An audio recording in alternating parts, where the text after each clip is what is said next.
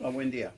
Bienvenidos sean ustedes como siempre, pero hoy en especial a esta emisión número 250 de Política a la Mexicana, correspondiente a este jueves 18 de enero. Y si me pregunta cómo andan las cosas por allá en el Congreso del Estado relativas a la designación del fiscal especializado en combate a la corrupción, pues la Comisión Permanente de Justicia, de Procuración de Justicia, de esa 64 legislatura, en acuerdo tomado apenas antier, día 16, pues ya fijaron los tiempos para las comparecencias de los 25 aspirantes a ese cargo. Se supone que uno ya declinó, dijo que se retiraba, no se informó quién es de los 25, pero según esa información oficial que tenemos aquí a la mano, expedida, decíamos, por la Comisión de Procuración de Justicia de la 64 legislatura, nos dice que el primero en comparecer, todos van a comparecer este miércoles 24. El primero será Francisco Berlín Vázquez a las 9 de la mañana y le ponen nada más un tiempo de 10 minutos, de 9 a 9:10 de la mañana. O sea, nada más: señor, yo soy fulano de tal, mucho gusto, soy aspirante. Ok, qué bueno que ya te presentas, ya te conocía, pero ya te vuelvo a conocer, porque no va a dar tiempo para más. Se suponía que iban a ser cuestionados sobre algunos asuntos, pero cambió todo esto. Y entre los conocidos de por acá de nosotros también está el licenciado Enrique Rentería Zabaleta. Él litiga por acá. Recuerdan que llegó el asunto de los trabajadores de comisión que fueron señalados por la pastora Lucy de haber sido los asesinos de su esposo, el pastor, que pues hasta la fecha sigue ese asunto empantanado. Nunca se supo la verdad sobre el particular, y pues pasó el gobierno duartista, llegó el Yunes Linarista y pues ya cumplió un primer año y no se ha desempolvado ese asunto. Respecto al primer compareciente, Francisco Berlín Vázquez, creemos que podría ser hijo del jurista Francisco Berlín Valenzuela, lo que indica que es un buen participante. Y nuestro muy conocido amigo, el maestro Jorge Yunes Manzanares, está citado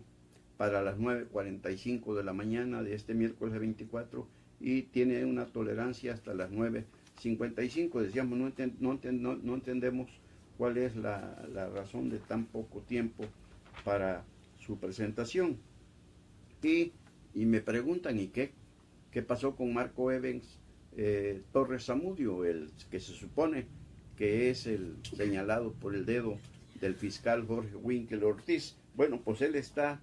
colocado en el lugar número 17.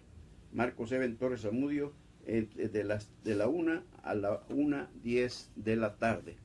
Así está esto, y pues luego vendrá otra etapa de espera, y quizá la próxima semana ya esta misma Comisión de Procuración de Justicia de la 64 legislatura dé a conocer a los tres que van a quedar como finalistas, y de donde saldrá el futuro y primer fiscal especializado en el combate a la corrupción del estado de Veracruz. La situación, como ya está prevista, como ya sabe, pues se torna interesante por la presencia precisamente de Marcos Evans Torres Zamudio, aunque podría ser que desde última hora pudiesen sacarse alguno de los otros participantes, que estaría también identificado con el fiscal Jorge Winkler Ortiz. Vamos a esperar, ya les platicaremos cómo sigue la situación ahí en el Congreso del Estado para la designación del fiscal de hierro, que esto tendrá que ser, si es que no es, si respetan su autonomía y no lo convierten en un empleado más del gobernador y del fiscal general del estado. Veremos y diremos. Y allá en la Ciudad de México ya se despejó esa incógnita sobre quién sería el candidato de la alianza PAN-PRD-MC para la jefatura del gobierno de esa ciudad capital de la República Mexicana. Y pues la encuesta que realizaron 2-3 empresas de prestigio perfectamente bien identificado y ganado, dieron como triunfadora a Alejandra Barrales Magdaleno, la expresidenta del Comité Ejecutivo Nacional del PRD, senadora con licencia, había sido diputada federal 2-3 veces, y ella ganó, venció, dejó en el camino a Salomón Chertorivsky y a Armando Agüet, que se suponía, nosotros éramos quienes suponían que de ahí iba a salir el candidato por la cercanía que tienen con el jefe de gobierno Miguel Ángel Mancera, y no Alejandra Barrales, porque pues le habría jugado cubano a Mancera con la cuestión de la candidatura presidencial, que finalmente ahí entre el PAN, el PRD y MC hicieron el entuerto para que se postulara Ricardo Anaya Cortés, el líder hasta entonces del Partido Acción Nacional. Pero aquí vemos que va a ser un choque de trenes entre dos mujeres, entre Alejandra Barrales de la alianza PAN-PRD-MC y entre Claudia Sheinbaum de Morena, del PT y del PES. Ahí está la clave, ahí va a estar la pelea entre ellas dos, la pelea entre López Obrador y el jefe de gobierno Miguel Ángel Mancera, y también el ingeniero Cuauhtémoc Cárdenas Solórzano, que está muy pegado a Mancera, en tanto que el candidato del PRI, el tercero en discordia, que sería en un momento dado Miquel Arriola, pues podría apostarle a sacar provecho de ese río revuelto, porque va a ser trepidante las precampañas ya en este momento de Alejandra Barrales y de Claudia Sheinbaum, y ya no les platico de lo que va a suceder en la campaña. Un agarrón de aquellos entre féminas, porque no hay duda que las dos son mujeres valiosas. Sheinbaum es una catedrática, una profesional de la academia, maestra de la UNAM, y tiene un prestigio bien ganado. La Barrales es una mujer que es producto de la cultura del esfuerzo. Ella fue dirigente de las azafatas de entonces Mexicana de Aviación, de ahí fue lideresa de ese sindicato de las azafatas, y de ahí la pescaron los del PRD para ser la diputada federal plurinominal, y de ahí inició su carrera hasta la fecha, y tiene presencia, tiene experiencia también, tiene seguidores en la Ciudad de México. Ella es originaria de la Ciudad de México, y pues vamos a ver cómo sigue evolucionando este choque de trenes, donde a la cabeza van Alejandra y Claudia y Alejandra por parte de Andrés Manuel López Obrador y de Miguel Ángel Mancera y el ingeniero Cuauhtémoc Cárdenas, unidos en este caso para conservar para el PRD, particularmente, que fue precisamente de la alianza PAN-PRD-MC al PRD al que le correspondió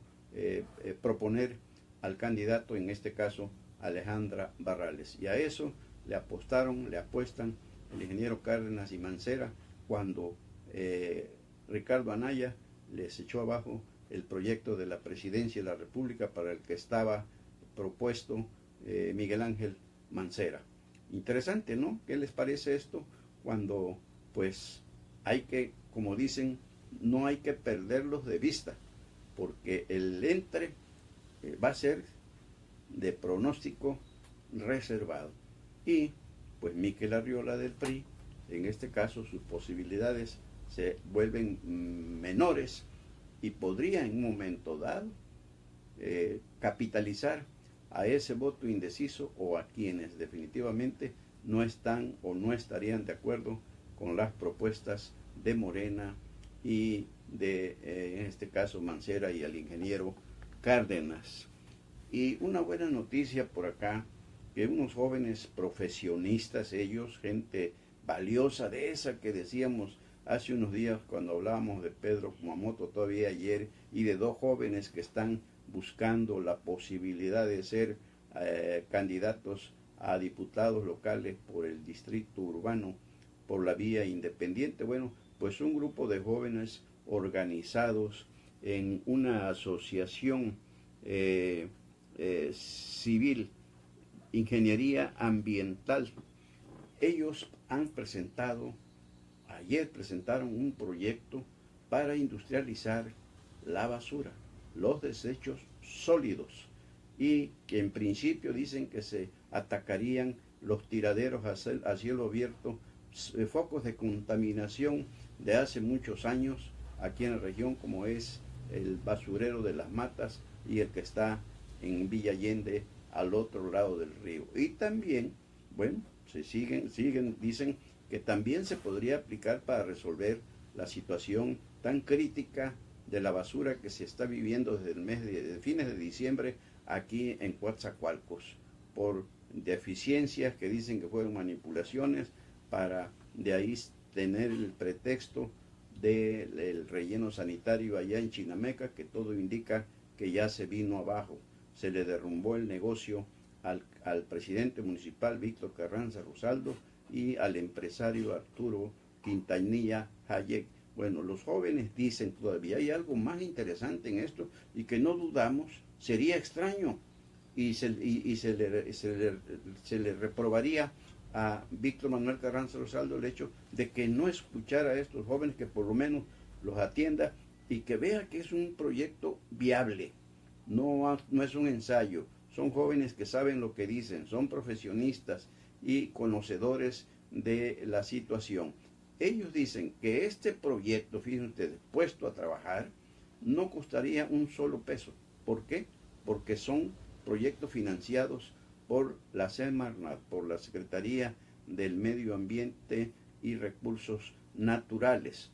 Entonces, ¿para qué buscarle tres pies al gato sabiendo que tiene cuatro? Y sobre todo cuando ayer les platicamos también como regidores de oposición en el Cabildo de Coatzacoalcos explicaban que saldrían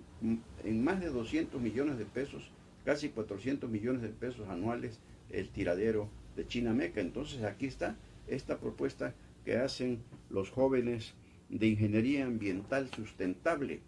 que creemos que esa es la solución y por lo menos esperemos que el presidente municipal les conceda una audiencia para escucharlos y de inmediato tomar este proyecto. Es más, ya tienen hasta un terreno localizado también viable para ese proyecto allá en el ejido de La Esperanza, aquí en jurisdicción de Coatzacoalcos. La palabra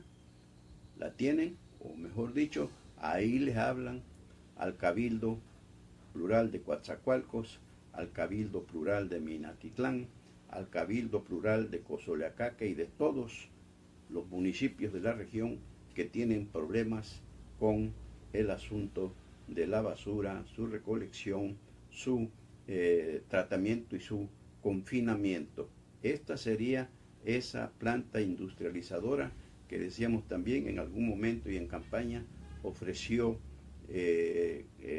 Víctor Manuel Carranza Rosaldo, que sería una planta generadora de energía eléctrica, pero que finalmente ya no han hablado de eso más que del relleno, simple relleno sanitario allá en Chinameca. ¿Y por qué? Se preguntan algunos y nosotros también. ¿Por qué Pepe Mit, el candidato del PRI, PBEN, PANAL a la presidencia de la República, solamente va a acompañar a Pepe Yunes, el candidato de esa alianza? Más bien, nada más aquí ya es la alianza PRI-PBEN, porque el PANAL ya ve que se fue con la Julia Sheridan por otro lado, del lado del gobernador Miguel Ángel Linares. Bueno, pues,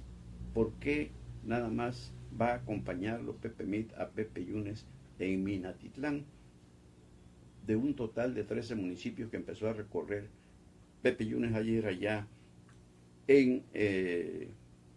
Úrsulo Galván y termina el próximo domingo 21 allá en la región de los Tuxtlas. Antes, el sábado 20,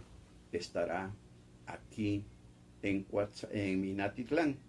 en una zona. ¿Por qué Minatitlán? Bueno, pues se hacen muchas conjeturas, se rumora, se dice, y como no se ha aclarado bien la situación, ¿por qué precisamente Minatitlán? Un centro petrolero por excelencia y una región también todavía dependiente en mucho de la economía petrolera nacional. Bueno, pues se habla de que con eso, de que Anaya y AMLO, Ricardo Anaya y AMLO han traído a Pepe Mit a tiro por viaje con lo del gasolinazo, que cuando él fue secretario de Hacienda fue que se acordó eso y dijo él, bueno, pues es que están mal, se ve que no tienen imaginación para hablar de otras cosas, dice, porque no es la Secretaría de Hacienda la que fijó los gasolinazos, fue el Congreso de la Unión al aprobar la reforma energética. Pero de todos modos siguen machacando y creemos que la visita, la presencia de Pepe Mit en Minatitlán, decíamos, un centro petrolero por excelencia, bueno, pues tiene que ver mucho con eso y viene precisamente para recibir el respaldo de los petroleros y del priismo en general regional sureño para decirles a aquellos que no hay tal, que la misma familia petrolera sabe que no fue Hacienda ni él los que determinaron el incremento de las gasolinas, que insistimos y lo hemos dicho siempre, es más el escándalo que se ha armado en torno a ello que lo que en verdad ha afectado la economía de los mexicanos, porque los incrementos son muy bajos, de 1 o 2 centavos, al otro día se mantienen en el mismo precio o incluso bajan los precios de los combustibles. Y más ahora con la liberación y la competencia efectiva que rompió el monopolio petrolero de Pemex y ahora ya da acceso a muchas empresas, incluso extranjeras, que vienen a competir con todo. Y de eso dependerá que los consumidores estemos pendientes, pues donde ya algunas de esas nuevas gasolineras que le ponen incluso una serie de precios, así como los encontramos cuando vamos a pasar una caseta de peaje, así también ellos exhiben los precios del día. Y esto necesariamente, la competencia va a beneficiar a los consumidores. Así lo vemos, y la presencia de Pepe Mit, para nuestro gusto, y comparten algunas otras personas, pues está dedicada a ello, a aclarar con los petroleros como testigos ese enredo del gasolinazo, que le quieren un milagrito, que le quieren colgar a Anaya y AMLO cuando dice que él no es autor del mismo. Y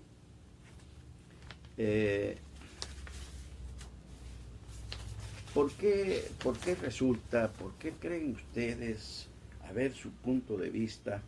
que no aparecen hasta este momento todavía, no se incluye a un solo priista veracruzano, hombre o mujer, mujer o hombre, en las listas de los listos de ese partido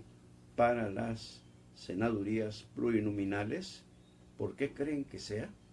Aparecen todos los estados de la República, los prospectos que tiene el PRI para las senadurías plurinominales, encabezados estos por el ex secretario de Gobernación, Miguel Ángel Osorio Chong, por secretarios en funciones como Ildefonso Guajardo de Economía, como Gerardo Ruiz Esparza de la SCT, como el propio doctor Narro de Salud y otros más. También aparece el ex de la Sedesol, Luis Miranda, muy cercano a Osorio Chong, y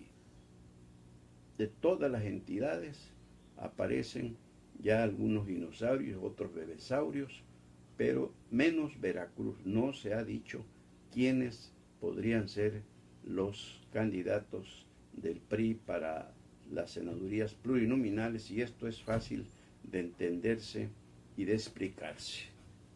¿Por qué? ¿Qué está pasando? Bueno, la crisis que está viviendo ese partido, el tricolor, en Veracruz en particular, es general, es nacional, pero en Veracruz, pues después de perder la gubernatura, después del papelazo de la docena trágica, pues no hay mucha tela de dónde cortar de ese telar priista veracruzano, y ni modo que pudiese uno pensar en que los niños de la fidelidad podrían ser la solución. Recuerdan ustedes cómo cuando Fidel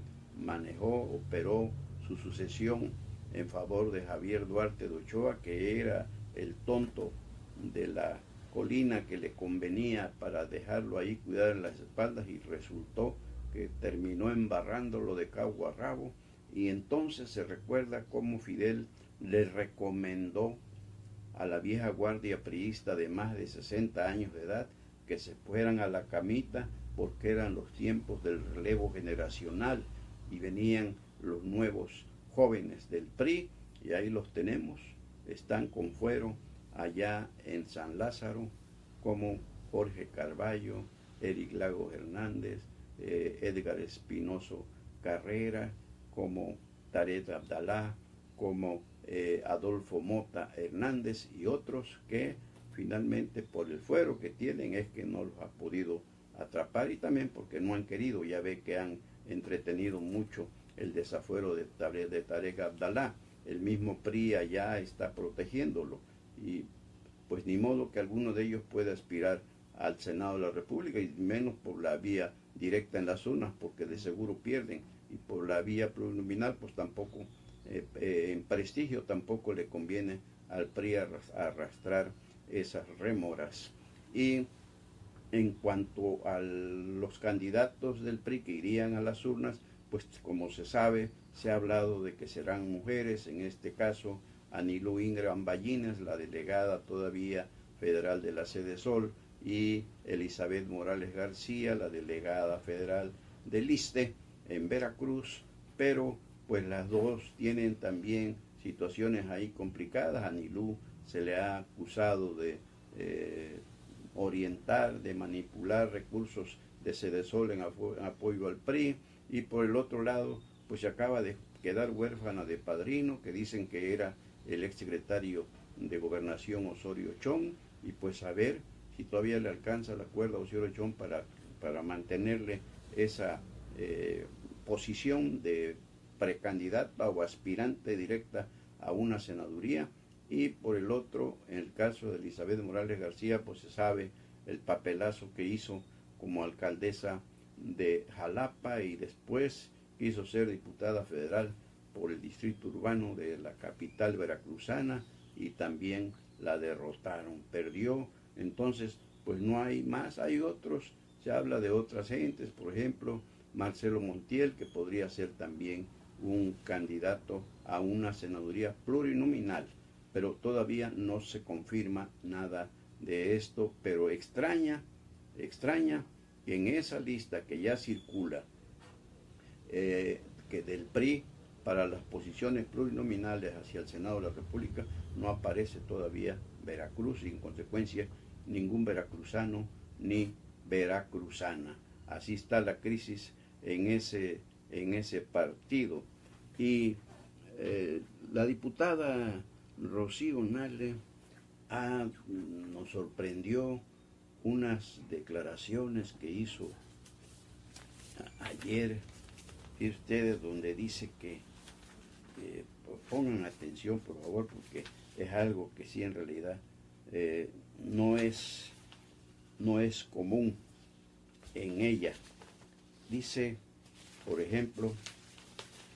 que